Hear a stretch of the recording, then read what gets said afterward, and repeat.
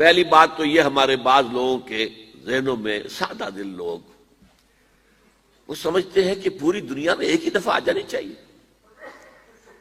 یہ کوئی علاقائی خلافت تو نہیں ہو سکتی، خلافت تو عالمی ہوتی ہے. ان سے میں کہتا ہوں عالمی خلافت کب تھی جناب؟ یہ تو نہ خلافت راشدہ میں عالمی تھی. کیا ہندوستان شامل تھا اس میں؟ کیا چین شامل تھا؟ کیا یورپ شامل تھا؟ اور سب سے بڑی بات یہ، اگر ایک دم پوری دنیا پر خلافت قائم ہو سکتی تو حضور کے دست مبارک سے ہوتی، لیکن نہیں ہوئی. نتیجہ کیا نکلا؟ ایک ملک میں حضور نے قائم کر دی، جزیرہ نما عرب، یہاں خلافت قائم ہو گئی، حضور خلیفہ ہے. اب وہ نقطہ کون سا ہوگا، نقطہ آغاز کون سا ہوگا؟ اس میں پہلی بات تو میں نے کہا جو شک کرے گا اس کا پھر ایمان مشکوک ہے. ہوگا، لازماً ہوگا، گلوبل ہوگا، پوری دنیا میں ہوگا. کہاں سے شروع ہوگا اس میں آپ اختلاف کر سکتے ہیں، لیکن مجھے تو دو حدیثیں تو ملی ہیں جن سے یہ اندازہ ہوتا ہے کہ یہ اس مشرقی خطے سے ہوگا، عرب کے مشرق کی جانب کسی ملک سے ہوگا، کسی خطے سے ہوگا. وہ حدیثیں بھی اب آپ پڑھ لیجئے پہلے. پھر میں کہہ رہا ہوں یہ خزانہ ہے جو ہم نے آپ کی خدمت میں پیش کیا ہے، کاش کہ آپ اس کی قدر کر سکیں. یہ حدیثیں آپ کو ازبر ہو جائیں، یاد ہو جائیں، لوح قلب پر نقش ہو جائیں. ہندوستان اور خراسان یعنی موجودہ افغانستان کا ذکر.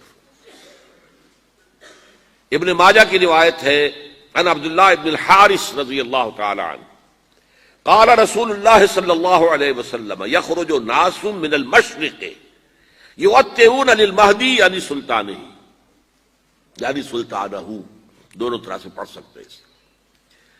حضرت عبداللہ ابن حارث فرماتے ہیں رضی اللہ تعالی عنہ کہ حضور نے ارشاد فرمایا مشرق کی طرف سے وہ فوجیں نکلیں گی، لوگ آئیں گے جو عرب میں مہدی کی حکومت قائم کریں گے.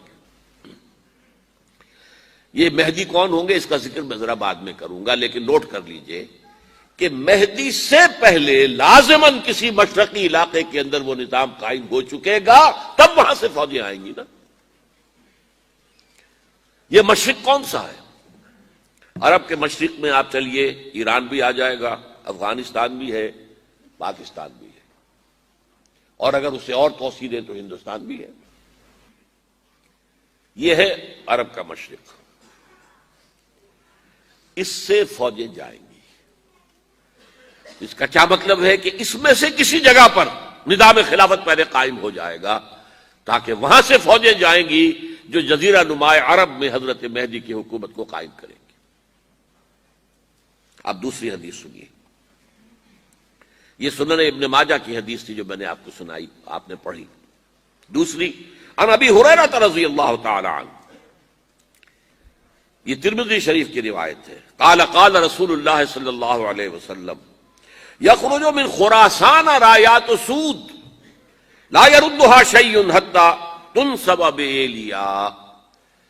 خراسان کے علاقے سے سیاہ جھنڈے لے کر فوجیں آئیں گی، ان کا رخ کوئی موڑ نہیں سکے گا، ان کو پیچھے پھیر نہیں سکیں گے کوئی بھی، یہاں تک کہ وہ یروشلم میں جا کر جھنڈے نصب کر دیں گے.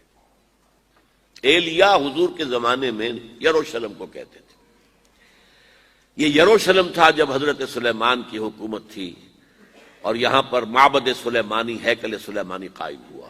پھر یہ یروشلم ہی رہا ہے تاریخ میں، یہاں تک کہ سن 70 عیسوی میں جب ٹائٹس رومی جنرل نے اس کو گرایا، ختم کیا، سیکنڈ ٹیمپل گرا دیا اور یہاں سے یہودیوں کو کہا نکل جاؤ یہاں سے، کوئی یہودی باقی نہیں رہا، بالکل تہو بالا برباد کر دیا. اس کے کوئی 150 سال بعد ہیڈریان، رومن ایمپرر ہیڈریان، اس نے پھر دوبارہ آباد کیا اس شہر کو. 150 سال تک یہ بالکل بنجر اور بالکل غیر آباد پڑا تھا. اب ہیڈریان نے جب آباد کیا تو اس کا نام ایلیا رکھا، اب یروشلم نام نہیں تھا. تو حضور کے زمانے میں پھر اس کا نام ایلیا تھا. اور اب اس سے کیا معلوم ہو رہا ہے کہ یہ یروشلم مسلمانوں کے قبضے سے اس وقت نکلا ہوا ہوگا. ایک دفعہ پہلے نکلا تھا، سن 1099 عیسوی میں مسلمانوں کے ہاتھ سے نکلا. کروسیڈرز، عیسائیوں نے آ کر اس کو قبضے میں کیا، لاکھوں مسلمانوں کو مارا، قتل کیا. اس کو 1187 عیسوی میں واپس لیا ہے. کس نے لیا ہے؟ صلاح الدین ایوبی. کرد، عرب کھوکھلے ہو چکے تھے، عربوں نے کھویا، واپس نہیں لے سکے. بہت حکومت کر چکے تھے، 400-500 برس کی حکومت کر کے، اور ان کے عیش اور ان کے آرام، اب ان میں جان نہیں تھی کہ وہ واپس لے سکے. واپس لینے والا گرم کرد خون تھا، صلاح الدین ایوبی.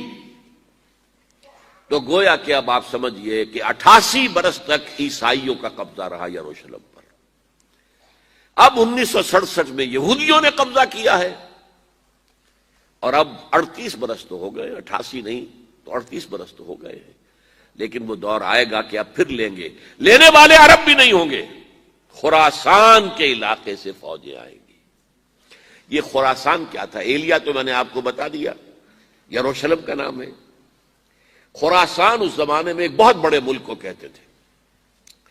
کچھ حصہ پاکستان کا بھی اس میں شامل ہے، کچھ حصہ ایران کا بھی ہے. ایران کے اس حصے کو اب بھی خراسان کہتے ہیں. وہ ایک صوبہ ہے، خراسان ایک صوبہ ہے ایران کا، چھوٹا سا.